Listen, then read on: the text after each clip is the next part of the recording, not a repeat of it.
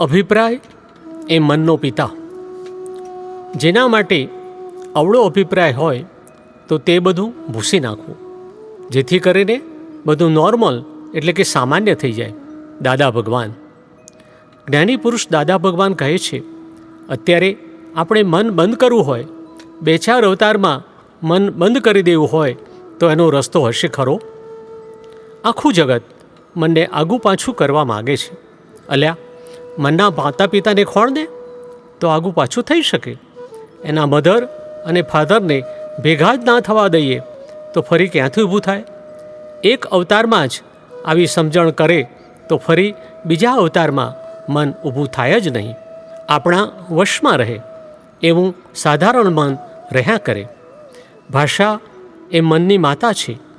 ભાષા બોલવાની પણ અભિપ્રાય નહીં રાખવાનો. આ ખરેખર ખાતરીપૂર્વકની વાત છે. જો અભિપ્રાય આપવાનો બંધ કરી દો તો તમારું મન 1-2 અવતારમાં થોડું થોડું થઈને 2 અવતારમાં ખલાસ થઈ જશે.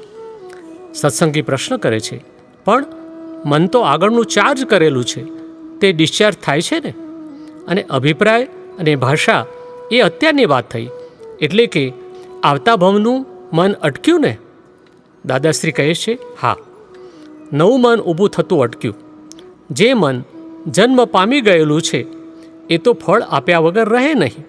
જો એના માતા પિતાને ઓળખીએ ને એ પ્રમાણે વર્તન રાખીએ તો નવું જન્મ પામતું બંધ થઈ જાય. માતા પિતાને જુદા રાખીએ તો એમાં પછી છોકરાઓનો જન્મ થાય નહીં. આ બહુ ઊંડી વાત છે, ઝીણી વાત છે. સત્સંગી કહે છે, આ તો આપે બહુ વૈજ્ઞાનિક વાત કહી. દાદાશ્રી કહે છે, હા, તે જ કહું છું ને. અભિપ્રાય ના હોય તો છોકરા એટલે કે મન હોય નહીં જ ને. અભિપ્રાય એ જ પિતા છે. આ સહેલામાં સહેલી વાત છે. બાકી મનનું કોઈ નિરાકરણ કરી શકે નહીં.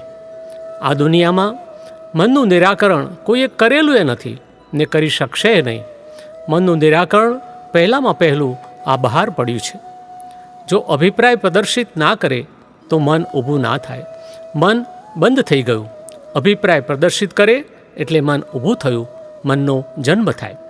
તમે કાલે સવારે હવેથી અભિપ્રાય બાંધવાના છોડી દો તો મન ઊભું થતું બંધ થઈ જાય. કોઈ અભિપ્રાય બાંધો કે તરત નવું મન આગળનું ઉત્પન્ન થઈ જશે. બસ અભિપ્રાય જ કારણરૂપ છે. મનને બહુ મોટી ચીજ ગણવામાં આવી છે, પણ એ અભિપ્રાયોથી મન ઊભું થયું છે. આ અભિપ્રાયથી મન બંધાય છે.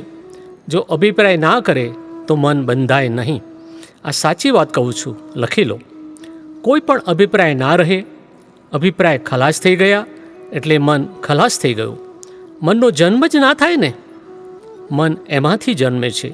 આ લોકોએ મનના માતા પિતાને ખોળ્યા જ નથી અને મનને વશ કરવા માટે પ્રયત્ન કરે છે. અલ્યા, મનને વશ શું કરવા કરે છે? એના માતા પિતાને ખોળી કાઢને. જો એને ખોળી કાઢે તો પછી ખલાસ થઈ ગયું. એટલે જેને અભિપ્રાય નથી તેને કશીએ ભાંજગળ નથી. આપતસૂત્ર, જેમાં આગ્રહો કર્યા છે, અભિપ્રાયો બાંધ્યા છે, તેના જ વિચારો આવ્યા કરે. દાદા ભગવાન.